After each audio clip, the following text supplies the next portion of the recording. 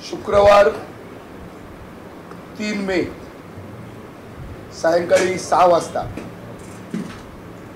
या राज्याचे माजी मुख्यमंत्री,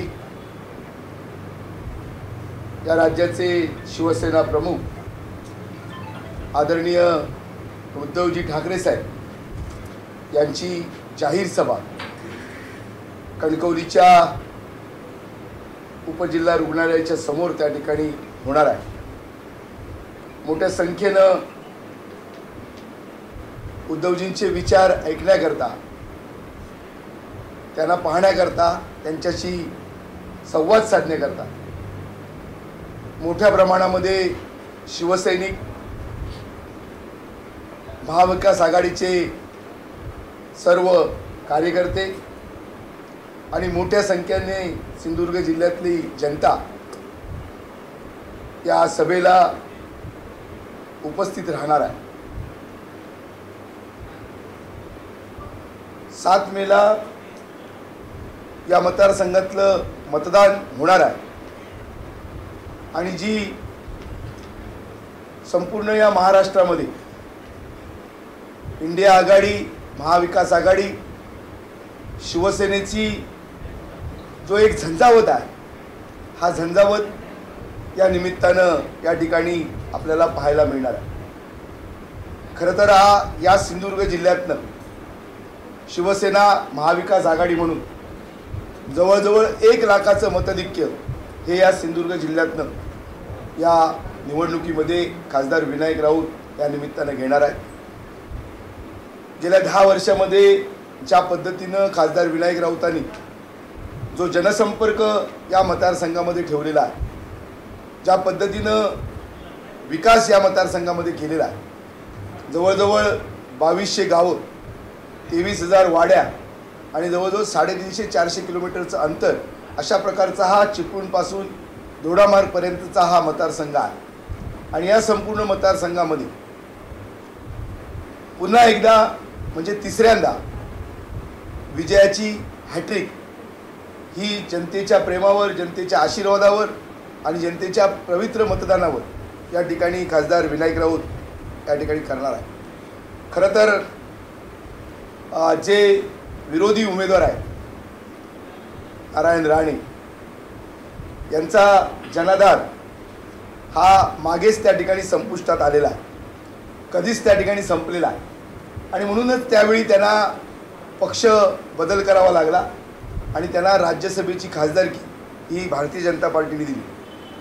सर्वात पहिला पराभव हा जो का आहे, हा कुडाळ मालवणमध्ये आपले लाडके तरुण आमदार वैभव नाईक यांनी जवळजवळ 10,000च्या मताधिक्यानं तिथल्या मतदारसंघातल्या मतदारांनी, जनतेनं त्यांचा पराभव केला। हा त्यांचा पहिला पराभव होता। दुसरा पराभव बांद्र्याच्या पोटनिवडणुकीमध्ये सावंत म्हणून त्या ठिकाणी उमेदवार होत्या, महिला उमेदवार होत्या, त्यांनी सुद्धा बांद्र्याच्या पोटनिवडणुकीमध्ये त्या ठिकाणी त्यांचा पराभव केलेला आहे। आणि आता हा तिसऱ्या पराभवासाठी त्या ठिकाणी हा जो काय राजापूर, रत्नागिरी, सिंधुदुर्ग लोकसभा मतदारसंघ आहे, या लोकसभेच्या या निवडणुकीमध्ये त्या ठिकाणी राणे हे त्यांनी पुन्हा त्या ठिकाणी पराभूत होणार आहे। म्हणजे अबकी बार नारायण राणे पराभूत होणार, अशा प्रकारचं त्या ठिकाणी चित्र आहे। खरं तर या संपूर्ण मतदारसंघामध्ये मगाशीच मी म्हणालो की राणेशाही संपली आणि कुठंतरी सामंतशाही त्या ठिकाणी येणार होती, उदयास येणार होती। पण सामंतशाही आल्यानंतर पुन्हा राणेंचं राजकीय अस्तित्व संपुष्टात येणार, म्हणून त्या ठिकाणी त्यांनी सामंतशाहीला विरोध केला आणि त्या ठिकाणी ते स्वतः पुन्हा राणेशाही आणण्याचा त्यांचा प्रयत्न आहे। पण इथली जिल्ह्यातली जनता ही त्या ठिकाणी सुज्ञ आहे आणि खरं तर कोकण ही परशुरामाची शापित भूमी आहे। त्या भूमीमध्ये आपण पाहिलं की नियती किंवा येणारा काळ आहे, हा काळ या सगळ्या गोष्टीचा सूड आणि बदला त्या ठिकाणी घेत असतं। त्याचं एक उदाहरण आहे की याच कणकवली शहरामध्ये कैलासवासी श्रीधर नाईकांची हत्या झाली होती आणि त्याच काही वर्षानंतर वैभव नाईक या जिल्ह्यामध्ये कुडाळ मालवणमधून आमदार झाले। हा नियतीचा न्याय आहे आणि म्हणून येणाऱ्या काळामध्ये नियतीचा न्याय हा त्या ठिकाणी होणार आहे। खरं तर आज संपूर्ण या मतदारसंघामध्ये निर्भय बनूसारखी एक सामाजिक चळवळ अतिशय चांगल्या पद्धतीनं जनतेमध्ये निर्भय बनूचा विचार त्या ठिकाणी देते। दुसरीकडे या मतदारसंघामध्ये मागच्या लोकसभेच्या निवडणुकीमध्ये नवीनचंद्र बांदिवडेकर हे त्या ठिकाणी उमेदवार उभे होते आणि जवळजवळ 65,000ची मतं ही काँग्रेस पक्षाने त्यावेळी त्या ठिकाणी घेतलेली होती आणि काँग्रेस पक्षाचा सुद्धा पाठिंबा हा या निवडणुकीमध्ये त्या ठिकाणी शिवसेनेला आहे, महाविकास आघाडीला आहे। शरद पवारांच्या नेतृत्वाखाली राष्ट्रवादी काँग्रेस त्या ठिकाणी आपल्या शिवसेनेबरोबर महाविकास आघाडीबरोबर आहे आणि त्याचबरोबर जो या जिल्ह्यातला या मतदारसंघातला जो मुस्लिम समाज आहे, इथला जो दलित समाज आहे, इथला जो ओबीसी समाज आहे, हा सर्व समाज हा एकत्रितपणे जी काय महाविकास आघाडी, जी काय इंडिया आघाडी आहे, या इंडिया आघाडीला त्या निमित्तानं मिळणार आहे।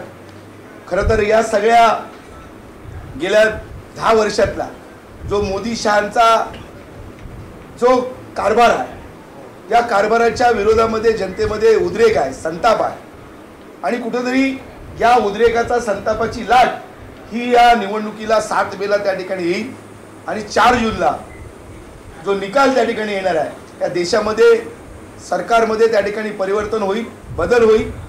पुन्हा एकदा विनायक राऊत तिसऱ्यांदा या ठिकाणी खासदार होतील आणि या देशाच्या मंत्रिमंडळामध्ये या मतदारसंघातनं केंद्रीय मंत्री म्हणून त्या ठिकाणी असतील। खरं तर गेल्या या सगळ्या निवडणुकीच्या प्रचार काळामध्ये अनेक बैठका या कार्यकर्त्यांच्या झाल्या, खळा बैठका झाल्या, जिल्हा परिषद विभागनिहाय प्रत्येक मतदारसंघामध्ये खासदार साहेबांच्या या जाहीर सभा झाल्या। खरं तर मोठ्या प्रमाणामध्ये उत्स्फूर्त असा प्रतिसाद या सगळ्या सभांना या ठिकाणी मिळालेला आहे आणि जनतेमध्ये एक शिवसेनामय, एक महाविकास आघाडीमय अशा प्रकारचं वातावरण निर्माण झालेलं आहे।